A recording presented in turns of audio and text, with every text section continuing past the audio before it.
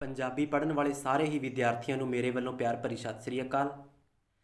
ਅੱਜ ਦੀ ਇਸ YouTube class ਦੇ ਵਿੱਚ ਆਪਾਂ ਜੋ ਲੈਸਨ ਪੜ੍ਹਨ ਜਾ ਰਹੇ ਹਾਂ ਉਹ ਰਾਜਸਥਾਨ ਅਜਮੇਰ ਬੋਰਡ ਵਿੱਚ ਜੋ ਪੰਜਾਬੀ ਦੀ ਪਾਠ ਪੁਸਤਕ ਲੱਗਦੀ ਹੈ ਪੰਜਾਬੀ ਕਾਵਿ-ਧਾਰਾ ਭਾਗ ਦੂਜਾ, ਉਸ ਦਾ ਆਪਾਂ ਸੈਕਿੰਡ ਲੈਸਨ ਪੜ੍ਹਾਂਗੇ ਜਿਸ ਦੇ ਕਵੀ ਪ੍ਰੋਫੈਸਰ ਪੂਰਨ ਸਿੰਘ ਜੀ ਹੈ। ਤਾਂ ਆਪਾਂ ਇਸ ਲੈਸਨ ਦੇ ਵਿੱਚ ਜੋ ਪ੍ਰੋਫੈਸਰ ਪੂਰਨ ਸਿੰਘ ਜੀ ਦੀਆਂ ਕਵਿਤਾਵਾਂ ਹੈ ਉਹਨਾਂ ਦੀ ਆਪਾਂ ਵਿਆਖਿਆ ਕਰਾਂਗੇ, ਉਹਨਾਂ ਦੇ ਬਾਰੇ ਆਪਾਂ ਜੋ ਉਹਨਾਂ ਨਾਲ ਜੁੜੀਆਂ ਹੋਈਆਂ ਗੱਲਾਂ ਹੈ ਉਹਨਾਂ ਦੇ ਬਾਰੇ ਆਪਾਂ ਚਰਚਾ ਕਰਾਂਗੇ। ਇਸ ਤੋਂ ਪਿਛਲੀ ਵੀਡੀਓਜ਼ ਦੇ ਵਿੱਚ ਆਪਾਂ ਭਾਈ ਵੀਰ ਸਿੰਘ ਜੀ ਦੀਆਂ ਜੋ ਕਵਿਤਾਵਾਂ ਸੀ ਉਹਨਾਂ ਦੇ ਬਾਰੇ ਪੜ੍ਹਿਆ ਸੀਗਾ। ਤਾਂ ਸਭ ਤੋਂ ਪਹਿਲਾਂ ਤਾਂ ਆਪਾਂ ਦੇਖਦੇ ਹਾਂ ਕਿ ਇਹ ਪ੍ਰੋਫੈਸਰ ਪੂਰਨ ਸਿੰਘ ਜੀ ਦਾ ਬਾਇਓਡਾਟਾ ਦਿੱਤਾ ਹੋਇਆ ਹੈ ਕਿ ਜੋ ਪ੍ਰੋਫੈਸਰ ਪੂਰਨ ਸਿੰਘ ਸੀ ਉਹਨਾਂ ਨੂੰ ਪੰਜਾਬੀ ਜਗਤ ਦੇ ਵਿੱਚ ਇੱਕ ਅਲਬੇਲਾ ਕਵੀ ਮੰਨਿਆ ਜਾਂਦਾ ਸੀਗਾ, ਯਾਨੀ ਕਿ ਉਹਨਾਂ ਨੇ ਜ਼ਿਆਦਾਤਰ ਛੰਦ ਮੁਕਤ ਕਵਿਤਾਵਾਂ ਲਿਖੀਆਂ ਸੀ, ਖੁੱਲ੍ਹੀਆਂ ਕਵਿਤਾਵਾਂ ਲਿਖੀਆਂ ਸੀਗੀਆਂ। ਉਸ ਤੋਂ ਬਾਅਦ ਅਗਰ ਆਪਾਂ ਦੇਖਦੇ ਹਾਂ ਤਾਂ ਪ੍ਰੋਫੈਸਰ ਪੂਰਨ ਸਿੰਘ ਜੀ ਦੀਆਂ ਜੋ ਕਵਿਤਾਵਾਂ ਹੈ ਉਹਨਾਂ ਵਿੱਚ ਆਪਾਂ ਨੂੰ ਪੰਜਾਬ ਅਤੇ ਪੰਜਾਬੀਅਤ ਦੀ ਝਲਕ ਬਹੁਤ ਜ਼ਿਆਦਾ ਦੇਖਣ ਨੂੰ ਨਜ਼ਰ ਆਉਂਦੀ ਹੈ। ਫਿਰ ਉਹਨਾਂ ਦੇ ਡੇਟ ਆਫ ਬਰਥ ਦੇ ਬਾਰੇ ਦੱਸਿਆ ਹੈ ਕਿ 17 ਜਨਵਰੀ 1881 ਨੂੰ ਪਿੰਡ ਹੈ ਸੱਲੜ ਜੋ ਕਿ ਐਬਟਾਬਾਦ ਪਾਕਿਸਤਾਨ ਦੇ ਵਿੱਚ ਹੈ, ਉੱਥੇ ਇਹਨਾਂ ਦਾ ਜਨਮ ਹੋਇਆ ਸੀਗਾ। ਜਿਵੇਂ ਕਿ ਤੁਸੀਂ ਸਾਰੇ ਜਾਣਦੇ ਹੋ ਕਿ 47 ਤੋਂ ਪਹਿਲਾਂ ਜੋ ਆਪਣਾ ਦੇਸ਼ ਸੀ ਭਾਰਤ ਪਾਕਿਸਤਾਨ ਇੱਕੋ ਹੀ ਸੀ, 47 ਤੋਂ ਬਾਅਦ ਵੰਡ ਹੋ ਗਈ ਸੀ। ਤਾਂ ਇਹਨਾਂ ਦਾ ਜਨਮ 1881 ਦੇ ਵਿੱਚ ਹੋਇਆ ਸੀਗਾ ਪਾਕਿਸਤਾਨ ਐਬਟਾਬਾਦ ਵਿੱਚ ਇੱਕ ਪਿੰਡ ਸੀ ਸੱਲੜ ਉੱਥੇ। ਅਤੇ ਇਹਨਾਂ ਉੱਪਰ ਬੁੱਧ ਧਰਮ ਦਾ ਵੀ ਵਿਸ਼ੇਸ਼ ਪ੍ਰਭਾਵ ਪਿਆ ਸੀਗਾ। ਇਹਨਾਂ ਨੇ ਜਾਪਾਨ ਦੇ ਵਿੱਚੋਂ ਵੀ ਆਪਣੀ ਕੁਝ ਸਿੱਖਿਆ ਗ੍ਰਹਿਣ ਕੀਤੀ ਸੀ। ਤਾਂ ਕੁੱਲ ਮਿਲਾ ਕੇ ਪੰਜਾਬੀ ਜਗਤ ਦੇ ਵਿੱਚ ਪ੍ਰੋਫੈਸਰ ਪੂਰਨ ਸਿੰਘ ਜੀ ਦਾ ਇੱਕ ਵਿਸ਼ੇਸ਼ ਸਥਾਨ ਹੈ। ਉਹਨਾਂ ਦੀ ਕਵਿਤਾਵਾਂ ਇੱਕ ਅਲੱਗ ਹੀ ਤਰ੍ਹਾਂ ਦੀਆਂ ਹੈ, ਉਹਨਾਂ ਤੋਂ ਆਪਾਂ ਨੂੰ ਇੱਕ ਅਲੱਗ ਹੀ ਤਰ੍ਹਾਂ ਦੀ ਝਲਕ ਦੇਖਣ ਨੂੰ ਮਿਲਦੀ ਹੈ ਜਿਨ੍ਹਾਂ ਵਿੱਚ ਕੁਛ ਵਿਸ਼ੇਸ਼ ਤਰੀਕੇ ਨਾਲ ਇਸ ਤਰੀਕੇ ਲਿਖਿਆ ਹੁੰਦਾ ਹੈ ਕਿ ਜੋ ਕਿ ਆਪਾਂ ਨੂੰ ਆਪਦੇ ਵੱਲ ਖਿੱਚਦਾ ਹੋਇਆ ਪ੍ਰਤੀਤ ਹੁੰਦਾ ਹੈ। ਤਾਂ ਲੇਕਿਨ ਆਪਾਂ ਇਸ ਵੀਡੀਓ ਦੇ ਵਿੱਚ ਜੋ ਪੜ੍ਹਾਂਗੇ ਉਹ ਜੋ ਆਪਣੀ ਬੁੱਕ ਦੇ ਵਿੱਚ ਪ੍ਰੋਫੈਸਰ ਪੂਰਨ ਸਿੰਘ ਜੀ ਦੀਆਂ 3 ਕਵਿਤਾਵਾਂ ਦਿੱਤੀਆਂ ਹੈ ਆਪਾਂ ਉਹਨਾਂ ਦੇ ਬਾਰੇ ਚਰਚਾ ਕਰਾਂਗੇ। ਤਾਂ ਜਿਵੇਂ ਸਭ ਤੋਂ ਪਹਿਲੀ ਹੈ ਪੰਜਾਬ ਦੇ ਮਜ਼ਦੂਰ। ਤਾਂ ਆਪਾਂ ਪੰਜਾਬ ਦੇ ਮਜ਼ਦੂਰ ਇਸ ਕਵਿਤਾ ਦੇ ਬਾਰੇ ਆਪਾਂ ਪੜ੍ਹਦੇ ਹਾਂ ਕਿ ਇਹਦੇ ਜ਼ਰੀਏ ਕਵੀ ਪ੍ਰੋਫੈਸਰ ਪੂਰਨ ਸਿੰਘ ਆਪਾਂ ਨੂੰ ਕੀ ਕਹਿਣਾ ਚਾਹ ਰਿਹਾ ਹੈ। ਤਾਂ ਸਭ ਤੋਂ ਪਹਿਲਾਂ ਤਾਂ ਤੁਸੀਂ ਨਾਮ ਦੇਖੋ, ਪੰਜਾਬ ਦੇ ਮਜ਼ਦੂਰ। ਇੱਥੇ ਇੱਕ ਸ਼ਬਦ ਆਇਆ ਹੈ ਮਜ਼ਦੂਰ। ਮਜ਼ਦੂਰ ਤੋਂ ਭਾਵ ਹੁੰਦਾ ਮਜ਼ਦੂਰ, ਮਜ਼ਦੂਰ ਨੂੰ ਹੀ ਇੱਥੇ ਮਜ਼ਦੂਰ ਕਿਹਾ ਗਿਆ ਹੈ। ਇਸ ਕਵਿਤਾ ਦੇ ਵਿੱਚ ਕਵੀ ਕੀ ਕਹਿਣਾ ਚਾਹੁੰਦਾ ਹੈ ਕਿ ਓਏ ਮਜ਼ਦੂਰ ਚੰਗੇ ਲੱਗਦੇ, ਓਏ ਮਜ਼ਦੂਰ ਚੰਗੇ ਲੱਗਦੇ, ਨਿੱਕੇ ਨਿੱਕੇ ਖਿਆਲ ਇਹਨਾਂ ਦੇ। ਕਵੀ ਕਹਿੰਦਾ ਹੈ ਕਿ ਮੈਨੂੰ ਜੋ ਪੰਜਾਬ ਦੇ ਮਜ਼ਦੂਰ ਹੈ ਇਹ ਮੈਨੂੰ ਬਹੁਤ ਹੀ ਜ਼ਿਆਦਾ ਚੰਗੇ ਲੱਗਦੇ ਹੈ, ਬਹੁਤ ਹੀ ਜ਼ਿਆਦਾ ਵਧੀਆ ਲੱਗਦੇ ਹੈ। ਨਿੱਕੇ ਨਿੱਕੇ ਖਿਆਲ ਇਹਨਾਂ ਦੇ, ਠੀਕ ਹੈ। ਨਿੱਕੇ ਨਿੱਕੇ ਤੋਂ ਭਾਵ ਛੋਟੇ ਛੋਟੇ, ਖਿਆਲ ਤੋਂ ਭਾਵ ਸੋਚਾਂ, ਕਿ ਇਹਨਾਂ ਦੀਆਂ ਇਹਨਾਂ ਦੇ ਜੋ ਸੋਚਾਂ ਹੈ, ਇਹਨਾਂ ਦੇ ਖਿਆਲ ਹੈ ਉਹ ਬਿਲਕੁਲ ਨਿੱਕੇ ਨਿੱਕੇ ਜਿਹੇ ਹੈ, ਕੋਈ ਇਹਨਾਂ ਦੀਆਂ ਜ਼ਿਆਦਾ ਵੱਡੀਆਂ ਸੋਚਾਂ ਨਹੀਂ ਹੈ। ਉਹਨਾਂ ਵਿੱਚ ਢਲੀਆਂ ਇਹਨਾਂ ਦੀਆਂ ਜ਼ਿੰਦਗੀਆਂ, ਕਿ ਉਹ ਜਿਹੇ ਨਿੱਕੇ ਨਿੱਕੇ ਖਿਆਲਾਂ ਵਿੱਚ ਹੀ ਇਹਨਾਂ ਨੇ ਆਪਣੀਆਂ ਜ਼ਿੰਦਗੀਆਂ ਨੂੰ ਢਾਲ ਰੱਖਿਆ ਹੈ, ਠੀਕ ਹੈ ਜੀ। ਜਿਵੇਂ ਕਈ ਇਨਸਾਨ ਹੁੰਦੇ ਆ ਉਹਨਾਂ ਦੇ ਮਤਲਬ ਬਹੁਤ ਜ਼ਿਆਦਾ ਵੱਡੇ ਵੱਡੇ ਖਿਆਲ ਹੁੰਦੇ ਆ, ਉਸ ਤਰੀਕੇ ਉਹ ਆਪਣੀ ਜ਼ਿੰਦਗੀ ਨੂੰ ਵੀ ਬਹੁਤ ਮਤਲਬ ਇੱਕ ਅਲੱਗ ਹੀ ਤਰ੍ਹਾਂ ਸੋਚਦੇ ਹੈ, ਉਹਨਾਂ ਦੇ ਮਨ ਵਿੱਚ ਵੱਖਰੀਆਂ ਵੱਖਰੀਆਂ ਕਲਪਨਾਵਾਂ ਹੁੰਦੀਆਂ ਹੈ। ਲੇਕਿਨ ਇੱਥੇ ਗੱਲ ਹੋ ਰਹੀ ਹੈ ਪੰਜਾਬ ਦੇ ਮਜ਼ਦੂਰਾਂ ਦੀ ਕਿ ਜਿਹੜੇ ਪੰਜਾਬ ਦੇ ਮਜ਼ਦੂਰ ਹੈ, ਕਵੀ ਕਹਿੰਦਾ ਮੈਨੂੰ ਬਹੁਤ ਹੀ ਜ਼ਿਆਦਾ ਚੰਗੇ ਲੱਗਦੇ ਹੈ। ਇਹਨਾਂ ਦੇ ਖਿਆਲ ਵੀ ਬਿਲਕੁਲ ਨਿੱਕੇ ਨਿੱਕੇ ਹੈ ਔਰ ਇਹਨਾਂ ਨੇ ਨਿੱਕੇ ਨਿੱਕੇ ਖਿਆਲਾਂ ਵਿੱਚ ਹੀ ਆਪਣੀਆਂ ਜ਼ਿੰਦਗੀਆਂ ਨੂੰ ਢਾਲ ਰੱਖਿਆ ਹੈ। ਸਾਦੇ ਸਾਦੇ ਚਿਹਰੇ ਬੇਨਕਾਬ ਜਿਹੇ, ਸਾਦੇ ਸਾਦੇ ਚਿਹਰੇ ਬੇਨਕਾਬ ਜਿਹੇ। ਸਾਦੇ ਤੋਂ ਭਾਵ ਹੈ ਸਧਾਰਨ ਜਿਹੇ ਚਿਹਰੇ, ਬੇਨਕਾਬ ਦਾ ਮਤਲਬ ਜਿਹਦੇ ਉੱਤੇ ਕੋਈ ਨਕਾਬ ਨਾ ਹੋਵੇ। ਕਿ ਇਹਨਾਂ ਮਜ਼ਦੂਰਾਂ ਦੇ ਜੋ ਚਿਹਰੇ ਹੈ ਉਹ ਬਿਲਕੁਲ ਸਧਾਰਨ ਜਿਹੇ ਹੈ, ਸਾਦੇ ਜਿਹੇ ਹੈ, ਇਹਨਾਂ ਦੇ ਉੱਤੇ ਕਿਸੇ ਤਰ੍ਹਾਂ ਦਾ ਕੋਈ ਨਕਾਬ ਨਹੀਂ। ਜਿਵੇਂ ਕਿ ਆਪਾਂ ਦੇਖਦੇ ਹਾਂ ਬਹੁਤ ਸਾਰੇ ਲੋਕ ਇਹੋ ਜਿਹੇ ਹੁੰਦੇ ਹੈ ਜਿਨ੍ਹਾਂ ਦੇ ਮੂੰਹ 'ਤੇ ਕੁਛ ਹੋਰ ਹੁੰਦਾ ਹੈ ਅਤੇ ਮਨ ਦੇ ਵਿੱਚ ਕੁਛ ਹੋਰ ਚੱਲ ਰਿਹਾ ਹੁੰਦਾ ਹੈ। ਲੇਕਿਨ ਜੋ ਪੰਜਾਬ ਦੇ ਮਜ਼ਦੂਰ ਹੈ ਇਹਨਾਂ ਦੇ ਸਾਦੇ ਜਿਹੇ ਚਿਹਰੇ ਹੈ, ਸਧਾਰਨ ਜਿਹੇ, ਇਹਨਾਂ ਦੇ ਚਿਹਰੇ ਬਿਲਕੁਲ ਬੇਨਕਾਬ ਹੈ। ਇਹਨਾਂ ਦੇ ਮਤਲਬ ਜੋ ਕੁਝ ਦਿਲ ਦੇ ਅੰਦਰ ਚੱਲ ਰਿਹਾ ਉਹੀ ਇਹਨਾਂ ਦੇ ਚਿਹਰੇ 'ਤੇ ਨਜ਼ਰ ਆ ਰਿਹਾ ਹੈ। ਇਹਨਾਂ ਦੇ ਅੰਦਰ ਕਿਸੇ ਤਰ੍ਹਾਂ ਦੀ ਕੋਈ ਖੋਟ ਨਹੀਂ ਹੈ। ਨਾ ਛੁਪਦੇ ਨਾ ਛੁਪਾਉਂਦੇ ਕੁਝ ਆਪਣਾ, ਯਾਨੀ ਕਿ ਕਿਸੇ ਤਰ੍ਹਾਂ ਦੀ ਕੋਈ ਗੱਲ ਨਹੀਂ ਛੁਪਾਉਂਦੇ, ਜੋ ਕੁਝ ਹੁੰਦਾ ਉਸ ਨੂੰ ਸਪਸ਼ਟ ਦੱਸ ਦਿੰਦੇ ਆ, ਸਪਸ਼ਟ ਕਹਿ ਦਿੰਦੇ ਆ, ਇਹ ਸਧਾਰਨ ਜੇ ਹੈ। ਨੰਗੇ ਨੰਗੇ ਦਿਲ ਇਹਨਾਂ ਦੇ, ਕਿ ਇਹਨਾਂ ਦੇ ਦਿਲ ਬਿਲਕੁਲ ਨੰਗੇ ਹੈ। ਨੰਗੇ ਤੋਂ ਭਾਵ ਹੈ ਕਿ ਉਹਨਾਂ ਦੇ ਵਿੱਚ ਕੁਝ ਵੀ ਲੁਕੋਇਆ ਹੋਇਆ ਨਹੀਂ, ਜੋ ਇਹਨਾਂ ਦੇ ਗੱਲ ਦਿਲ ਦੇ ਅੰਦਰ ਹੁੰਦੀ ਹੈ ਉਹੀ ਗੱਲ ਨੂੰ ਇਹ ਜੱਗ ਦੇ ਸਾਹਮਣੇ ਜ਼ਾਹਿਰ ਕਰ ਦਿੰਦੇ ਆ, ਆਪਣੇ ਲੋਕਾਂ ਦੇ ਸਾਹਮਣੇ ਰੱਖ ਦਿੰਦੇ ਹੈ, ਕੁਝ ਵੀ ਗੱਲ ਛੁਪਾਉਂਦੇ ਨਹੀਂ ਗੇ। ਭੋਲੇ ਭਾਲੇ ਲੋਕ ਤੇ ਆਲੀਆਂ ਭੋਲੀਆਂ ਗੱਲਾਂ, ਠੀਕ ਹੈ ਜੀ। ਕੀ ਲਿਖਿਆ? ਭੋਲੇ ਭਾਲੇ ਲੋਕ ਤੇ ਆਲੀਆਂ ਭੋਲੀਆਂ ਗੱਲਾਂ, ਕਿ ਇਹ ਬਿਲਕੁਲ ਭੋਲੇ ਭਾਲੇ ਹੈ, ਸਧਾਰਨ ਜੇ ਲੋਕ ਹੈ, ਭੋਲੇ ਭਾਲੇ ਹੈ ਅਤੇ ਉਹੋ ਜਿਹੀਆਂ ਹੀ ਇਹ ਭੋਲੀਆਂ ਭੋਲੀਆਂ ਗੱਲਾਂ ਕਰਦੇ ਹੈ। ਯਾਨੀ ਕਿ ਇਹਨਾਂ ਦੇ ਅੰਦਰ ਚਲਾਕੀ ਬਿਲਕੁਲ ਵੀ ਨਹੀਂ ਹੈ। ਇਹਨਾਂ ਦੀ ਗਰੀਬੀ ਨਿੱਕੀ, ਇਹਨਾਂ ਦਾ ਸੰਤੋਖ ਵੱਡਾ। ਕਿ ਇਹਨਾਂ ਦੀ ਗਰੀਬੀ ਨਿੱਕੀ ਹੈ ਔਰ ਇਹਨਾਂ ਦਾ ਸੰਤੋਖ ਵੱਡਾ ਹੈ। ਸੰਤੋਖ ਦਾ ਮਤਲਬ ਕਹਿੰਦਾ ਸਬਰ ਕਰਨਾ, ਸਬਰ ਨੂੰ ਕਹਿੰਦੇ, ਸਬਰ ਨੂੰ ਸੰਤੋਖ ਕਹਿੰਦੇ ਆ। ਕਿ ਇਹਨਾਂ ਦਾ ਸਬਰ ਇੰਨਾ ਹੈ, ਇਹਨਾਂ ਦੇ ਸਬਰ ਦੇ ਮੂਹਰੇ ਜੋ ਇਹਨਾਂ ਦੀ ਗਰੀਬੀ ਹੈ ਇਹ ਵੀ ਨਿੱਕੀ ਮਹਿਸੂਸ ਹੁੰਦੀ ਹੈ। ਯਾਨੀ ਕਿ ਇਹਨਾਂ ਨੂੰ ਜਿੰਨਾ ਕੁਝ ਮਿਲਦਾ ਹੈ ਉਹਨੇ 'ਚ ਹੀ ਆਪਦਾ ਗੁਜ਼ਾਰਾ ਕਰ ਲੈਂਦੇ ਆ, ਖਾ ਪੀ ਲੈਂਦੇ ਹੈ। ਇਹਨਾਂ ਦੀ ਗਰੀਬੀ ਇਹਨਾਂ ਦੇ ਸਬਰ ਦੇ ਮੂਹਰੇ, ਇਹਨਾਂ ਦੇ ਸੰਤੋਖ ਦੇ ਮੂਹਰੇ ਨਿੱਕੀ ਰਹਿ ਜਾਂਦੀ ਹੈ। ਇਹ ਠੰਡੇ ਪਾਣੀ ਵਾਂਗ ਮੇਰੇ ਜੀਅ ਨੂੰ ਠਾਰਦੇ। ਕਵੀ ਕੀ ਕਹਿੰਦਾ ਕਿ ਇਹ ਠੰਡੇ ਪਾਣੀ ਵਾਂਗ, ਜਿਸ ਤਰ੍ਹਾਂ ਠੰਡਾ ਪਾਣੀ ਪੀਣ ਨਾਲ ਆਪਣਾ ਕਲੇਜਾ ਠਰ ਜਾਂਦਾ ਹੈ, ਉਸ ਤਰ੍ਹਾਂ ਇਹਨਾਂ ਨੂੰ ਦੇਖ ਕੇ ਮੇਰਾ ਜੀਅ, ਮੇਰਾ ਮਨ ਠਰ ਜਾਂਦਾ ਹੈ। ਮੈਨੂੰ ਬਹੁਤ ਚੰਗਾ ਲੱਗਦਾ ਹੈ ਕਿ ਜੋ ਪੰਜਾਬ ਦੇ ਮਜ਼ਦੂਰ ਹੈ ਇੱਕ ਸਧਾਰਨ ਜਿਹੇ ਹੈ, ਸਿੰਪਲ ਜਿਹੇ ਹੈ ਔਰ ਇਹ ਸਿੱਧੀ ਸਾਦੀ ਜ਼ਿੰਦਗੀ ਬਤੀਤ ਕਰਦੇ ਹੈ। ਇਹਨਾਂ ਦੇ ਮਨ ਵਿੱਚ ਕਿਸੇ ਤਰ੍ਹਾਂ ਦੀ ਕੋਈ ਖੋਟ, ਕਿਸੇ ਤਰ੍ਹਾਂ ਦਾ ਕੋਈ ਵੀ ਮਤਲਬ ਬੁਰਾ ਭਾਵ ਨਹੀਂ ਹੈ। ਇਸ ਕਰਕੇ ਇਸ ਕਵਿਤਾ ਦੇ ਵਿੱਚ ਕਵੀ ਨੇ ਪੰਜਾਬ ਦੇ ਮਜ਼ਦੂਰਾਂ ਦੀ ਤਾਰੀਫ ਕੀਤੀ ਹੈ। ਠੀਕ ਹੈ ਜੀ। ਉਸ ਤੋਂ ਜੋ ਅਗਲੀ ਕਵਿਤਾ ਹੈ ਉਸ ਦਾ ਨਾਮ ਕੀ ਹੈ? ਹਲ ਵਾਹੁਣ ਵਾਲੇ। ਹਲ ਵਾਹੁਣ ਵਾਲੇ। ਤਾਂ ਸਭ ਤੋਂ ਪਹਿਲਾਂ ਆਪਾਂ ਇਸ ਦਾ ਨਾਮ ਦੇ ਬਾਰੇ ਗੱਲ ਕਰਦੇ ਹਾਂ। ਹਲ ਵਾਹੁਣ ਵਾਲੇ। ਹਲ ਕਿਹਨੂੰ ਕਹਿੰਦੇ ਆ? ਹਲ ਇੱਕ ਸੰਦ ਹੁੰਦਾ ਹੈ, ਯਾਨੀ ਕਿ ਇੱਕ ਖੇਤੀ ਦੇ ਵਿੱਚ ਉਪਕਰਨ ਹੈ। ਮੈਂ ਹਿੰਦੀ ਵਿੱਚ ਵੀ ਦੱਸਦੇ ਹਾਂ ਕਿਉਂਕਿ ਬਹੁਤ ਸਾਰੇ ਇਹੋ ਜਿਹੇ ਵਿਦਿਆਰਥੀ ਹੈ ਜਿਨ੍ਹਾਂ ਨੂੰ ਪਿਓਰ ਪੰਜਾਬੀ ਦੇ ਵਰਡ ਸਮਝ ਨਹੀਂ ਹੁੰਦੇ, ਤਾਂ ਇਸ ਕਰਕੇ ਮੈਂ ਕੁਛ ਹਿੰਦੀ ਦੇ ਸ਼ਬਦ ਵੀ ਯੂਜ਼ ਕਰ ਲੈਂਦਾ। ਹਲ ਇੱਕ ਉਪਕਰਨ ਹੈ ਜੋ ਖੇਤੀ ਦਾ ਕੰਮ ਕਰਦੇ ਹਾਂ, ਆਪਾਂ ਕ੍ਰਿਸ਼ੀ ਕਰਦੇ ਹਾਂ, ਉਹਦੇ ਵਿੱਚ ਉਪਯੋਗ ਵਿੱਚ ਲਿਆ ਜਾਂਦਾ ਹੈ। ਹਲ ਵਾਹੁਣ ਵਾਲੇ। ਵਾਹੁਣ ਦਾ ਮਤਲਬ ਹੁੰਦਾ ਹੈ ਕਿ ਜ਼ਮੀਨ ਨੂੰ ਵਾਹੁਣਾ, ਯਾਨੀ ਕਿ ਸਮਤਲ ਕਰਨਾ। ਜਦੋਂ ਜ਼ਮੀਨ ਖੇਤੀ ਕਰਦੇ ਆ ਪਹਿਲਾਂ ਹਲ ਵਾਹੁਣਾ ਪੈਂਦਾ ਹੈ ਜ਼ਮੀਨ ਦੇ ਵਿੱਚ। ਤਾਂ ਯਾਨੀ ਕਿ ਇਹਦੇ ਵਿੱਚ ਵੀ ਕਿਸਾਨਾਂ ਦੀ ਗੱਲ ਕਰ ਰਿਹਾ ਕਵੀ, ਹਲ ਵਾਹੁਣ ਵਾਲਿਆਂ ਦੀ। ਠੀਕ ਹੈ ਜੀ। ਇਹਦੇ ਵਿੱਚ ਕਵੀ ਕੀ ਕਹਿੰਦਾ ਹੈ ਕਿ ਓਏ ਮੈਂ ਪੜ੍ਹਨ ਪੜ੍ਹਾਉਣ ਸਾਰਾ ਛੱਡਿਆ। ਕਵੀ ਕੀ ਕਹਿ ਰਿਹਾ ਹੈ ਕਿ ਓਏ ਮੈਂ ਪੜ੍ਹਨ ਪੜ੍ਹਾਉਣ ਸਾਰਾ ਛੱਡਿਆ। ਕਵੀ ਕਹਿੰਦਾ ਕਿ ਮੈਂ ਆਪਣੀ ਪੜ੍ਹਾਈ ਲਿਖਾਈ ਸਭ ਕੁਛ ਛੱਡ ਦਿੱਤਾ। ਦਿਲ ਮੇਰਾ ਆਣ ਵਾਹੀਆਂ ਵਿੱਚ ਖੁੱਭਿਆ। ਕਿ ਜਿਹੜਾ ਮੇਰਾ ਦਿਲ ਸੀ ਉਹ ਵਾਹੀਆਂ ਵਿੱਚ ਖੁੱਭ ਗਿਆ। ਵਾਹੀ ਕਿਹਨੂੰ ਕਹਿੰਦੇ ਆ? ਜ਼ਮੀਨਾਂ ਨੂੰ ਕਹਿੰਦੇ, ਖੇਤੀ ਕਰਨਾ। ਖੁੱਭਿਆ ਦਾ ਮਤਲਬ ਖੁੱਭ ਜਾਣਾ। ਠੀਕ ਹੈ। ਕਵੀ ਕਹਿੰਦਾ ਕਿ ਮੈਂ ਆਪਣੀ ਪੜ੍ਹਾਈ ਲਿਖਾਈ ਸਭ ਛੱਡ ਦਿੱਤੀ, ਜਿਹੜਾ ਮੇਰਾ ਦਿਲ ਸੀਗਾ ਉਹ ਜ਼ਮੀਨਾਂ ਦੇ ਵਿੱਚ, ਵਾਹੀਆਂ ਵਿੱਚ ਆ ਕੇ ਖੁੱਭ ਗਿਆ। ਭਾਵ ਕਿ ਕਵੀ ਨੂੰ ਖੇਤੀ ਕਰਨ ਦਾ ਸ਼ੌਂਕ ਸੀ। ਕਵੀ ਆਪਣੀ ਪੜ੍ਹਾਈ ਛੱਡ ਕੇ ਖੇਤੀ ਕਰਨ ਲੱਗ ਗਿਆ। ਪੈਲੀਆਂ ਮੇਰੀਆਂ ਕਿਤਾਬਾਂ ਹੋਈਆਂ। ਪੈਲੀਆਂ ਮੇਰੀਆਂ ਕਿਤਾਬਾਂ ਹੋਈਆਂ। ਪੈਲੀਆਂ ਕਿਹਨੂੰ ਕਿਹਾ ਗਿਆ? ਜ਼ਮੀਨਾਂ ਨੂੰ।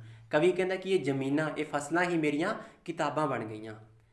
ਜੱਟ ਬੂਟ ਮੇਰੇ ਯਾਰ ਵੇ। ਕਿ ਜਿਹੜੇ ਜੱਟ ਬੂਟ ਸੀ ਉਹ ਮੇਰੇ ਯਾਰ ਬੇਲੀ ਬਣ ਗਏ। ਜੱਟ ਬੂਟ ਤੋਂ ਭਾਵ ਹੈ ਜੋ ਆਸ-ਪਾਸ ਹੋਰ ਖੇਤ ਸੀ, ਜ਼ਮੀਨਾਂ ਸੀ, ਉਹਨਾਂ ਦੇ ਜੋ ਮਾਲਕ ਹੈ ਉਹਨਾਂ ਬਾਰੇ ਕਿਹਾ ਗਿਆ ਹੈ ਕਿ ਜੱਟ ਬੂਟ ਮੇਰੇ ਯਾਰ ਬਣ ਗਏ। ਲੱਸੀ ਦਾ ਛੰਨਾ ਦਿੰਦੇ।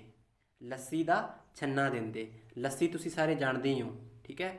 ਕਵੀ ਕਹਿੰਦਾ ਕਿ ਉਹ ਮੈਨੂੰ ਪੀਣ ਲਈ ਲੱਸੀ ਦਾ ਛੰਨਾ ਦਿੰਦੇ ਹੈ। ਇੱਥੇ ਇੱਕ ਸ਼ਬਦ ਹੈ ਛੰਨਾ। ਛੰਨਾ ਇੱਕ ਬਰਤਨ ਹੁੰਦਾ ਜੋ ਕਿ ਕਾਂਸੇ ਦਾ ਬਰਤਨ ਹੁੰਦਾ, ਗੋਲ ਜਿਹਾ। ਠੀਕ ਹੈ। ਉਸ ਨੂੰ ਛੰਨਾ ਕਿਹਾ ਜਾਂਦਾ। ਕਵੀ ਕਹਿੰਦਾ ਕਿ ਇਹ ਮੇਰੇ ਯਾਰ ਬੇਲੀ ਮੈਨੂੰ ਪੀਣ ਲਈ ਲੱਸੀ ਦਾ ਛੰਨਾ ਦਿੰਦੇ ਆ। ਇੱਕ ਵਾਰ ਫਿਰ ਦੇਖੋ ਦੁਬਾਰ ਤੋਂ ਇਸ ਨੂੰ। ਕਵੀ ਕਹਿੰਦਾ ਹੈ ਓਏ ਮੈਂ ਪੜ੍ਹਨ ਪੜ੍ਹਾਉਣ ਸਾਰਾ ਛੱਡਿਆ। ਕਵੀ ਕੀ ਕਹਿੰਦਾ ਕਿ ਮੈਂ ਆਪਣੀ ਪੜ੍ਹਾਈ ਲਿਖਾਈ ਸਾਰਾ ਕੁਛ ਛੱਡ ਦਿੱਤਾ। ਦਿਲ ਮੇਰਾ ਆਣ ਵਾਹੀਆਂ ਵਿੱਚ ਖੁੱਭਿਆ। ਕਿ ਜੋ ਮੇਰਾ ਦਿਲ ਸੀ ਉਹ ਆ ਕੇ ਵਾਹੀਆਂ ਵਿੱਚ, ਯਾਨੀ ਕਿ ਖੇਤੀ ਵਿੱਚ ਖੁੱਭ ਗਿਆ, ਮੈਂ ਖੇਤੀ ਕਰਨ ਲੱਗ ਗਿਆ। ਪੈਲੀਆਂ ਮੇਰੀਆਂ ਕਿਤਾਬਾਂ ਹੋਈਆਂ। ਯਾਨੀ ਕਿ ਜੋ ਫਸਲਾਂ ਸੀ ਉਹ ਮੇਰੀਆਂ ਕਿਤਾਬਾਂ ਬਣ ਗਈਆਂ। ਫਸਲਾਂ ਮੇਰੀਆਂ ਕਿਤਾਬਾਂ ਹੋਈਆਂ। ਜੱਟ ਬੂਟ ਮੇਰੇ ਯਾਰ ਵੋ। ਕਿ ਜੋ ਆਸੇ ਪਾਸੇ ਕੰਮ ਕਰਨ ਵਾਲੇ ਫਸਲਾਂ ਵਿੱਚ ਜੋ ਜ਼ਮੀਨਾਂ ਦੇ ਮਾਲਿਕ ਸੀਗੇ, ਜੱਟ ਬੂਟ, ਉਹ ਮੇਰੇ ਯਾਰ ਵੇਲੀ ਬਣ ਗਏ। ਲੱਸੀ ਦਾ ਛੰਨਾ ਦਿੰਦੇ। ਉਹ ਮੈਨੂੰ ਪੀਣ ਲਈ ਲੱਸੀ ਦਾ ਛੰਨਾ ਦਿੰਦੇ ਸੀਗੇ। ਉਸ ਤੋਂ ਅੱਗੇ ਕਵੀ ਕੀ ਕਹਿ ਰਿਹਾ ਹੈ? ਕਵੀ ਕਹਿੰਦਾ ਹੈ ਕਿ ਬਾਜਰੇ ਦੀ ਰੋਟੀ ਮੱਖਣ ਦੀ ਪਿੰਨੀ ਦਿੰਦੇ। ਇੱਕ ਤਾਂ ਲੱਸੀ ਦਾ ਛੰਨਾ ਉਹਨੂੰ ਪੀਣ ਲਈ ਦਿੰਦੇ, ਉਸ ਤੋਂ ਇਲਾਵਾ ਕੀ ਦਿੰਦੇ ਹੈ? ਬਾਜਰੇ ਦੀ ਰੋਟੀ ਅਤੇ ਮੱਖਣ ਦੀ ਪਿੰਨੀ ਦਿੰਦੇ। ਕਿ ਮੈਨੂੰ ਖਾਣ ਲਈ ਉਹ ਬਾਜਰੇ ਦੀ ਰੋਟੀ ਦਿੰਦੇ ਹੈ ਔਰ ਮੱਖਣ ਦੀ ਪਿੰਨੀ। ਪਿੰਨੀ ਤੋਂ ਭਾਵ ਹੁੰਦਾ ਕਿ ਜਿਵੇਂ ਕਿਸੇ ਚੀਜ਼ ਦਾ, ਖੋਏ ਦੀਆਂ ਪਿੰਨੀਆਂ ਹੋ ਗਈਆਂ ਜਾਂ ਕਿਸੇ ਵੀ ਚੀਜ਼ ਦਾ, ਜਿਵੇਂ ਆਪਾਂ ਆਟੇ ਦਾ ਪੇੜਾ ਬਣਾਉਂਦੇ ਹਾਂ ਨਾ ਗੋਲ ਜਿਹਾ, ਉਸ ਤਰ੍ਹਾਂ ਪਿੰਨੀ ਬਣਾ ਲਈ ਜਾਂਦੀ ਹੈ ਕਿਸੇ ਵੀ ਖਾਣ ਵਾਲੀ ਚੀਜ਼ ਦੀ। ਜਿਵੇਂ ਪੰਜੀਰੀ ਦੀ ਬਣਾ ਲਓ, ਮੱਖਣੀ ਦੀ ਬਣਾ ਲਓ। ਤਾਂ ਉਹ ਕਹਿੰਦਾ ਮੈਨੂੰ ਖਾਣ ਲਈ ਬਾਜਰੇ ਦੀ ਰੋਟੀ ਵੀ ਦਿੰਦੇ ਹੈ ਔਰ ਮੱਖਣ ਦੀ ਪਿੰਨੀ ਵੀ ਦਿੰਦੇ ਹੈ। ਦੁੱਧ ਦੀਆਂ ਕਟੋਰੀਆਂ, ਔਰ ਮੈਨੂੰ ਪੀਣ ਲਈ ਦੁੱਧ ਦੀਆਂ ਕਟੋਰੀਆਂ ਵੀ ਦਿੰਦੇ ਹੈ। ਸਾਗ ਦਿੰਦੇ, ਦਾਣੇ ਦਿੰਦੇ ਭੁੰਨੇ, ਮੱਕੀ ਜਵਾਰ ਅਤੇ ਛੋਲਿਆਂ। ਕਵੀ ਕੀ ਕਹਿੰਦਾ ਕਿ ਮੈਨੂੰ ਖਾਣ ਲਈ ਸਾਗ ਵੀ ਦਿੰਦੇ ਹੈ, ਉਸ ਤੋਂ ਇਲਾਵਾ ਮੈਨੂੰ ਦਾਣੇ ਵੀ ਖਾਣ ਲਈ ਦਿੰਦੇ ਹੈ। ਕਿਸ ਚੀਜ਼ ਦੇ ਦਾਣੇ? ਮੱਕੀ ਦੇ, ਜਵਾਰ ਦੇ ਅਤੇ ਛੋਲਿਆਂ ਦੇ। ਇਹਨਾਂ ਦੇ ਦਾਣੇ ਵੀ ਮੈਨੂੰ ਖਾਣ ਲਈ ਮੇਰੇ ਯਾਰ ਬੇਲੀ ਮੈਨੂੰ ਦਿੰਦੇ ਹੈ। ਉਸ ਤੋਂ ਅੱਗੇ ਕੀ ਕਹਿੰਦਾ ਕਵੀ? ਪਾਣੀ ਠੰਡਾ ਖੂਹਾਂ ਦਾ ਦਿੰਦੇ। ਕਿ ਮੈਨੂੰ ਠੰਡਾ ਪਾਣੀ ਪੀਣ ਲਈ ਖੂਹਾਂ ਦਾ ਦਿੰਦੇ ਹੈ। ਇੱਥੇ ਇੱਕ ਸ਼ਬਦ ਹੈ ਖੂਹਾਂ। ਖੂਹ ਕਹਿੰਦੇ ਕੂਏ ਨੂੰ, ਠੀਕ ਹੈ। ਹਿੰਦੀ ਵਿੱਚ ਕੂਆਂ ਕਹਿੰਦੇ ਆ, ਪੰਜਾਬੀ ਵਿੱਚ ਖੂਹ ਕਹਿੰਦੇ ਆ। ਤਾਂ ਕਵੀ ਕਹਿੰਦਾ ਕਿ ਮੈਨੂੰ ਖੂਹਾਂ ਦਾ ਠੰਡਾ ਜੋ ਪਾਣੀ ਹੈ ਉਹ ਪੀਣ ਲਈ ਦਿੰਦੇ ਹੈ, ਖੁਸ਼ੀ ਦਿੰਦੇ ਪੀਣ ਨੂੰ ਜੀਣ ਨੂੰ, ਖੁਸ਼ੀ ਦਿੰਦੇ ਪੀਣ ਨੂੰ ਜੀਣ ਨੂੰ। ਕਿ ਮੈਨੂੰ ਠੰਡਾ ਪਾਣੀ ਪੀਣ ਨੂੰ ਦਿੰਦੇ ਹੈ ਔਰ ਮੈਨੂੰ ਖੁਸ਼ੀ ਜੀਣ ਨੂੰ ਦਿੰਦੇ ਹੈ ਮੇਰੇ ਜੋ ਯਾਰ ਬੇਲੀ ਹੈ। ਅਰਥਾਤ ਕਵੀ ਦਾ ਮਨ ਖੇਤੀ ਵਿੱਚ ਲੱਗ ਗਿਆ ਹੈ। ਉਸ ਤੋਂ ਅੱਗੇ ਕਵੀ ਕਹਿੰਦਾ ਹੈ ਟਿੱਬੇ ਸਾਰੇ ਢਾਹ ਮੈਦਾਨ ਕਰਨ, ਟਿੱਬੇ ਸਾਰੇ ਢਾਹ ਮੈਦਾਨ ਕਰਨ। ਇੱਥੇ ਇੱਕ ਸ਼ਬਦ ਹੈ ਟਿੱਬੇ। ਟਿੱਬੇ ਕਿਹਨੂੰ ਕਿਹਾ ਜਾਂਦਾ? ਟਿੱਬੇ ਕਹਿੰਦੇ ਜੋ ਟੀਲੇ ਹੁੰਦੇ ਰੇਤ ਦੇ ਵੱਡੇ ਵੱਡੇ, ਉਹਨੂੰ ਟਿੱਬਾ ਕਿਹਾ ਜਾਂਦਾ ਪੰਜਾਬੀ ਦੇ ਵਿੱਚ। ਟਿੱਬੇ ਸਾਰੇ ਢਾਹ ਕੇ ਮੈਦਾਨ ਕਰਨ, ਠੀਕ ਹੈ। ਮਤਲਬ ਜਿਹੜੇ ਵੱਡੇ ਵੱਡੇ ਰੇਤ ਦੇ ਟਿੱਬੇ ਲੱਗੇ ਹੋਏ ਹੈ ਉਹਨਾਂ ਨੂੰ ਢਾਹ ਕੇ ਇੱਕ ਸਮਤਲ ਮੈਦਾਨ ਬਣਾ ਦਿੰਦੇ ਹੈ ਕਿਸਾਨ। ਯਾਨੀ ਕਿ ਬਹੁਤ ਸਾਰੀ ਮਿਹਨਤ ਕਰਦੇ ਆ, ਉਹ ਟਿੱਬਿਆਂ ਨੂੰ ਢਾਹ ਕੇ ਸਮਤਲ ਮਤਲਬ ਜ਼ਮੀਨ ਬਣਾ ਕੇ ਉਸ ਨੂੰ ਇੱਕ ਖੇਤੀ ਕਰਨ ਜੋਗੀ ਜ਼ਮੀਨ ਬਣਾ ਦਿੰਦੇ ਹੈ। ਇਹ ਲੋਕੀ ਹਨ ਮੇਰੇ ਰੱਬ ਦੀਆਂ ਪੈਲੀਆਂ। ਕਿ ਇਹ ਜੋ ਲੋਕੀ ਹੈ, ਇਹ ਲੋਕੀ ਤੋਂ ਭਾਵ ਹੈ ਜਨਤਾ ਨੂੰ ਕਿਹਾ ਗਿਆ ਜੋ ਕਿਸਾਨ ਕੰਮ ਕਰਦੇ ਆ, ਕਿ ਇਹ ਕਿਸਾਨ ਮੇਰੇ ਰੱਬ ਦੀਆਂ ਦਿੱਤੀਆਂ ਹੋਈਆਂ ਪੈਲੀਆਂ ਤੇ ਜ਼ਮੀਨਾਂ ਉੱਤੇ ਮਿਹਨਤ ਕਰਦੇ ਹੈ। ਬੀਜ ਬੀਜਣ ਇਹ ਹਲ ਚਲਾਉਣ, ਕਿ ਉਹਨਾਂ ਜ਼ਮੀਨਾਂ ਉੱਤੇ ਬੀਜ ਬੀਜਦੇ ਹੈ ਔਰ ਹਲ ਚਲਾਉਂਦੇ ਆ। ਹਲ ਮੈਂ ਤੁਹਾਨੂੰ ਦੱਸ ਦਿੱਤਾ ਸੀ ਪਹਿਲਾਂ। ਕਾਲਾਂ ਕਾਲਣ ਪੂਰੀਆਂ, ਕਾਲਾਂ ਕਾਲਣ ਪੂਰੀਆਂ ਤੋਂ ਇਹਦਾ ਮਤਲਬ ਹੁੰਦਾ ਹੈ ਕਿ ਉਹ ਭਾਵ ਦਿਨ ਰਾਤ ਬਹੁਤ ਹੀ ਜ਼ਿਆਦਾ ਸਖਤ ਮਿਹਨਤ ਕਰਦੇ ਆ। ਕਾਲਾਂ ਕਾਲਣਾ ਦਾ ਮਤਲਬ ਹੁੰਦਾ ਦਿਨ ਰਾਤ ਸਖਤ ਮਿਹਨਤ ਕਰਨਾ, ਯਾਨੀ ਕਿ ਇਹਨਾਂ ਜ਼ਮੀਨਾਂ ਦੇ ਉੱਤੇ ਉਹ ਬਹੁਤ ਜ਼ਿਆਦਾ ਸਖਤ ਮਿਹਨਤ ਕਰਦੇ ਹੈ ਤਾਂ ਕਿ ਉਹਨਾਂ ਨੂੰ ਚੰਗੀ ਫਸਲ ਪ੍ਰਾਪਤ ਹੋਵੇ। ਖਾਣ ਥੋੜ੍ਹਾ ਪਹਿਨਣ ਮੋਟਾ ਸੋਟਾ। ਕੀ ਕਹਿ ਰਿਹਾ ਕਵੀ? ਕਿ ਖਾਣ ਥੋੜ੍ਹਾ ਪਹਿਨਣ ਮੋਟਾ ਸੋਟਾ, ਕਿ ਉਹ ਆਪ ਥੋੜ੍ਹਾ ਬਹੁਤ ਖਾ ਕੇ ਹੀ ਗੁਜ਼ਾਰਾ ਕਰ ਲੈਂਦੇ ਹੈ। ਜਿਹੋ ਜਿਹਾ ਸਧਾਰਨ ਜਿਹਾ ਕੱਪੜਾ ਹੁੰਦਾ ਹੈ, ਮੋਟਾ ਸੋਟਾ ਤੋਂ ਭਾਵ ਹੈ ਸਿੰਪਲ ਜਾਂ ਸਧਾਰਨ ਜਿਹਾ ਜੋ ਖੱਦਰ ਦਾ ਕੱਪੜਾ ਹੁੰਦਾ ਹੈ, ਉਸ ਨੂੰ ਪਾ ਕੇ ਹੀ ਇਹ ਕਿਸਾਨ ਆਪਦਾ ਗੁਜ਼ਾਰਾ ਕਰ ਲੈਂਦੇ ਹੈ। ਵੇਖਣ ਮੁੜ ਮੁੜ ਬੱਦਲਾਂ, ਠੀਕ ਹੈ। ਉਹ ਵਾਰ-ਵਾਰ ਮੁੜ ਮੁੜ ਕੇ, ਮੁੜ ਮੁੜ ਤੋਂ ਭਾਵ ਹੈ ਦੁਆਰ ਦੁਆਰ ਤੋਂ ਦੇਖਣਾ, ਕਿ ਉਹ ਦੁਬਾਰਾ ਦੁਬਾਰਾ ਮੁੜ ਮੁੜ ਕੇ ਬੱਦਲਾਂ ਵੱਲ ਵੇਖਦੇ ਹੈ। ਬੱਦਲਾਂ ਵੱਲ ਵੇਖਦੇ ਹੈ ਕਿ ਪਤਾ ਨਹੀਂ ਮੀਂਹ ਆ ਜਾਵੇ ਤਾਂ ਕਿ ਉਹਨਾਂ ਦੀ ਜਿਹੜੀ ਫਸਲ ਹੈ ਉਹ ਵਧੀਆ ਹੋਵੇ, ਵਧੀਆ ਉਹਨਾਂ ਨੂੰ ਫਲ ਦੇਵੇ। ਉਹਨਾਂ ਦਾ ਧਿਆਨ ਬੱਦਲਾਂ ਵਿੱਚ ਰਹਿੰਦਾ ਹੈ। ਇਹ ਹਨ ਜੱਗ ਦੇ ਭੰਡਾਰੀ, ਕਿ ਇਹ ਜੋ ਕਿਸਾਨ ਹੈ ਇਹ ਜੱਗ ਦੇ ਭੰਡਾਰੀ ਹੈ। ਜੱਗ ਤੋਂ ਭਾਵ ਇੱਥੇ ਕੀ ਹੈ? ਸੰਸਾਰ। ਸੰਸਾਰ ਨੂੰ ਜੱਗ ਕਿਹਾ ਜਾਂਦਾ ਹੈ। ਭੰਡਾਰੀ ਦਾ ਮਤਲਬ ਭੰਡਾਰ ਭਰਨ ਵਾਲੇ, ਪੂਰੇ ਸੰਸਾਰ ਦਾ ਢਿੱਡ ਰਜਾਉਣ ਵਾਲੇ ਆਪ, ਕਿਉਂਕਿ ਪੂਰੇ ਸੰਸਾਰ ਨੂੰ ਜੋ ਅੰਨ ਦਿੰਦਾ ਹੈ, ਅਨਾਜ ਦਿੰਦਾ ਹੈ, ਉਹ ਕਿਸਾਨ ਹੀ ਦਿੰਦਾ ਹੈ। ਕਿ ਇਹ ਪੂਰੇ ਦੇ ਪੂਰੇ ਸੰਸਾਰ ਦੇ ਭੰਡਾਰੀ ਹੈ ਜੋ ਇਹ ਕਿਸਾਨ ਹੈ। ਰਾਜੇ ਹੱਥ ਅੱਡ ਅੱਡ ਮੰਗਦੇ ਇੱਥੋਂ ਰੋਟੀਆਂ, ਕਿ ਜਿਹੜੇ ਰਾਜੇ ਹੈ ਉਹਨਾਂ ਨੂੰ ਵੀ ਇਹਨਾਂ ਤੋਂ ਹੱਥ ਅੱਡ ਅੱਡ ਕੇ ਰੋਟੀਆਂ ਮੰਗਣੀਆਂ ਪੈਂਦੀਆਂ ਹੈ।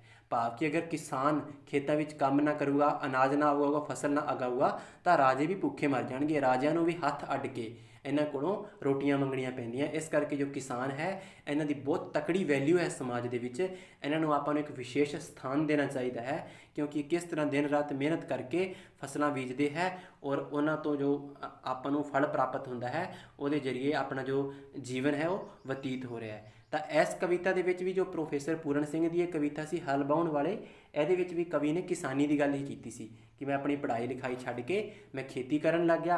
ਔਰ ਖੇਤੀ ਵਿੱਚ ਉਹਨੇ ਜ਼ਿਕਰ ਕੀਤਾ ਕਿ ਮੈਂ ਮਤਲਬ ਇਸ ਤਰ੍ਹਾਂ ਜੋ ਫਸਲਾਂ ਸੀਗੀਆਂ ਉਹ ਮੇਰੀਆਂ ਕਿਤਾਬਾਂ ਬਣ ਗਈਆਂ ਔਰ ਆਸ-ਪਾਸ ਦੇ ਜੋ ਕੰਮ ਕਰਨ ਵਾਲੇ ਉਹ ਮੇਰੇ ਯਾਰ ਬੇਲੀ ਬਣ ਗਏ ਹੈ। ਔਰ ਕਿਸ ਤਰ੍ਹਾਂ ਕਿਸਾਨ ਜ਼ਮੀਨ ਵਿੱਚ ਮਿਹਨਤ ਕਰਦੇ ਆ, ਫਸਲ ਉਗਾਉਂਦੇ ਹੈ, ਉਹਦੇ ਬਾਰੇ ਆਪਾਂ ਨੂੰ ਦੱਸਿਆ ਸੀਗਾ। ਉਸ ਤੋਂ ਅੱਗੇ ਜੋ ਤੀਜੀ ਕਵਿਤਾ ਹੈ ਪ੍ਰੋਫੈਸਰ ਪੂਰਨ ਸਿੰਘ ਜੀ ਦੀ, ਉਹਦਾ ਨਾਮ ਕੀ ਹੈ? ਉਸ ਦਾ ਨਾਮ ਹੈ ਪੰਜਾਬ ਦੇ ਦਰਿਆ। ਠੀਕ ਹੈ ਜੀ, ਪੰਜਾਬ ਦੇ ਦਰਿਆ। ਜੋ ਪੰਜਾਬ ਦੇ ਵਿੱਚ ਦਰਿਆ ਵਗਦੇ ਹੈ, 5 ਦਰਿਆ ਵਗਦੇ ਹੈ। ਕਿਹੜੇ ਕਿਹੜੇ ਹੈ? ਰਾਵੀ, ਸਤਲਜ, ਬਿਆਸ, ਚਿਨਾਬ ਅਤੇ ਚੇਲਮ, ਜਿਹਨੂੰ ਚੰਨਾ ਬੋਲਦੇ ਆ ਪੰਜਾਬੀ ਦੇ ਵਿੱਚ। ਚਿਨਾਬ ਨੂੰ ਚੰਨਾ ਕਹਿੰਦੇ ਹੈ ਔਰ ਇੱਕ ਚੇਲਮ। ਇਹ 5 ਦਰਿਆ ਵਗਦੇ ਆ, ਠੀਕ ਹੈ। ਰਾਵੀ, ਸਤਲਜ, ਬਿਆਸ, ਚਿਨਾਬ ਜਿਹਨੂੰ ਕਿ ਚੰਨਾ ਕਹਿੰਦੇ ਹੈ ਔਰ ਚੇਲਮ, ਇਹ 5 ਦਰਿਆ ਹੈ ਪੰਜਾਬ ਦੇ। ਅਤੇ ਇਹ ਪੰਜਾਬ ਦੇ ਜੋ 5 ਦਰਿਆ ਹੈ ਉਹਨਾਂ ਦੀ ਤਾਰੀਫ ਕਰ ਰਿਹਾ ਪ੍ਰੋਫੈਸਰ ਪੂਰਨ ਸਿੰਘ। ਉਹਨਾਂ ਦੇ ਬਾਰੇ ਕੁਝ ਕਹਿ ਰਿਹਾ। ਕੀ ਕਹਿੰਦਾ ਹੈ ਆਪਾਂ ਵੇਖਦੇ ਹਾਂ ਕਵਿਤਾ ਦੇ ਵਿੱਚ। ਰਾਵੀ ਸੋਹਣੀ ਪਈ ਵਗਦੀ। ਕੀ ਕਹਿ ਰਿਹਾ ਪ੍ਰੋਫੈਸਰ ਪੂਰਨ ਸਿੰਘ? ਕਿ ਰਾਵੀ ਸੋਹਣੀ ਪਈ ਵਗਦੀ, ਕਿ ਰਾਵੀ ਨਦੀ ਵਗਦੀ ਹੋਈ ਮੈਨੂੰ ਬਹੁਤ ਹੀ ਜ਼ਿਆਦਾ ਸੋਹਣੀ ਲੱਗਦੀ ਹੈ। ਮੈਨੂੰ ਸਤਲੁਜ ਪਿਆਰਾ ਹੈ ਅਤੇ ਸਤਲੁਜ ਵਗਦਾ ਹੋਇਆ ਮੈਨੂੰ ਬਹੁਤ ਹੀ ਜ਼ਿਆਦਾ ਪਿਆਰਾ ਲੱਗਦਾ ਹੈ। ਮੈਨੂੰ ਵਿਆਸ ਪਈ ਖਿੱਚਦੀ ਔਰ ਮੈਨੂੰ ਇਹ ਮਹਿਸੂਸ ਹੋ ਰਿਹਾ ਹੈ ਜਿਵੇਂ ਕਿ ਵਿਆਸ ਨਦੀ ਮੈਨੂੰ ਆਪਣੇ ਵੱਲ ਖਿੱਚ ਰਹੀ ਹੋਵੇ। ਠੀਕ ਹੈ ਜੀ। ਇਹਦੇ ਵਿੱਚ ਜੋ ਕਵੀ ਹੈ ਉਹ ਦਰਿਆਵਾਂ ਦੀ ਤਾਰੀਫ ਕਰ ਰਿਹਾ, ਪੰਜਾਬ ਦੇ ਦਰਿਆਵਾਂ ਦੀ। ਉਸ ਤੋਂ ਅੱਗੇ ਕਵੀ ਕਹਿੰਦਾ ਹੈ ਮੈਨੂੰ ਚੰਨਾ ਆਵਾਜ਼ਾਂ ਮਾਰਦੀ।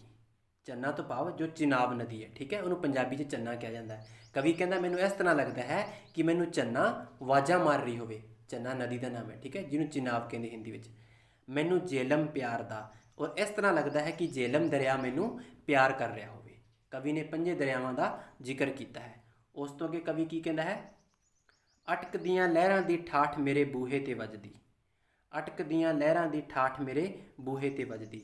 ਯਾਨੀ ਕਿ ਇਹ ਦਰਿਆ ਜਦੋਂ ਵਗਦੇ ਹੈ, ਇਹਨਾਂ ਦੀਆਂ ਲਹਿਰਾਂ ਜਦੋਂ ਉਛਲ ਉਛਲ ਕੇ ਮੇਰੇ ਬੂਹੇ 'ਤੇ ਵੱਜਦੀਆਂ ਹੈ। ਬੂਹਾ ਵੈਸੇ ਕਹਿੰਦੇ ਦਰਵਾਜ਼ੇ ਨੂੰ ਕਿਹਾ ਜਾਂਦਾ ਹੈ, ਲੇਕਿਨ ਇੱਥੇ ਬੂਹੇ ਤੋਂ ਭਾਵ ਕੀ ਹੈ ਕਿ ਜਦੋਂ ਪੰਜਾਬ ਦੀ ਸਰਹੱਦ ਦੇ ਉੱਤੇ, ਜੋ ਪੰਜਾਬ ਦੀ ਸੀਮਾ ਹੈ, ਸਰਹੱਦ ਹੈ, ਉਹਦੇ ਉੱਤੇ ਜਦੋਂ ਇਹਨਾਂ ਦਰਿਆਵਾਂ ਦੀਆਂ ਲਹਿਰਾਂ ਆ ਕੇ ਟਕਰਾਉਂਦੀਆਂ ਹੈ ਤਾਂ ਮੈਨੂੰ ਬਹੁਤ ਹੀ ਜ਼ਿਆਦਾ ਚੰਗਾ ਲੱਗਦਾ ਹੈ, ਬਹੁਤ ਹੀ ਜ਼ਿਆਦਾ ਵਧੀਆ ਲੱਗਦਾ ਹੈ। ਖਾੜ ਖਾੜ ਚੱਲਣ ਵਿੱਚ ਮੇਰੇ ਸੁਪਨਿਆਂ, ਕੀ ਇਹ ਖਾੜ ਖਾੜ, ਖਾੜ ਖਾੜ ਕੀ ਹੈ? ਇੱਕ ਆਵਾਜ਼ ਹੈ। ਜਦੋਂ ਪਾਣੀ ਚੱਲਦਾ ਨਾ, ਬਹੁਤ ਤੇਜ਼ ਆਵਾਜ਼ ਆਉਂਦੀ ਨਾ ਖਾੜ ਖਾੜ ਦੀ, ਉਸ ਆਵਾਜ਼ ਦੇ ਬਾਰੇ ਕਿਹਾ ਹੈ ਕਿ ਖਾੜ ਖਾੜ ਚੱਲਣ ਵਿੱਚ ਮੇਰੇ ਸੁਪਨਿਆਂ। ਸੁਪਨੇ ਕਹਿੰਦੇ ਸਪਨਿਆਂ ਨੂੰ, ਜੋ ਸੁਪਨੇ ਆਉਂਦੇ ਹੁੰਦੇ ਆਪਾਂ ਨੂੰ, ਠੀਕ ਹੈ। ਕਵੀ ਕਹਿੰਦਾ ਕਿ ਇਹ ਦਰਿਆ ਮੇਰੇ ਸੁਪਨਿਆਂ ਦੇ ਵਿੱਚ ਵੀ ਚੱਲਦੇ ਰਹਿੰਦੇ ਹੈ। ਪੰਜਾਬ ਦੇ ਦਰਿਆ, ਯਾਨੀ ਕਿ ਪੰਜਾਬ ਦੇ ਦਰਿਆ ਮੈਨੂੰ ਬਹੁਤ ਵਧੀਆ ਲੱਗਦੇ ਹੈ। ਪਿਆਰ ਅੱਗ ਇਹਨਾਂ ਨੂੰ ਲੱਗੀ ਹੋਈ, ਇਸ ਤਰ੍ਹਾਂ ਇਹਨਾਂ ਨੂੰ ਵਗਦੇ ਹੋਏ ਵੇਖ ਕੇ ਐਂ ਮਹਿਸੂਸ ਹੋ ਰਿਹਾ ਹੈ ਕਿ ਜਿਵੇਂ ਇਹਨਾਂ ਦੇ ਸੀਨੇ ਦੇ ਵਿੱਚ ਪਿਆਰ ਦੀ ਕੋਈ ਅੱਗ ਲੱਗੀ ਹੋਈ ਹੋਵੇ।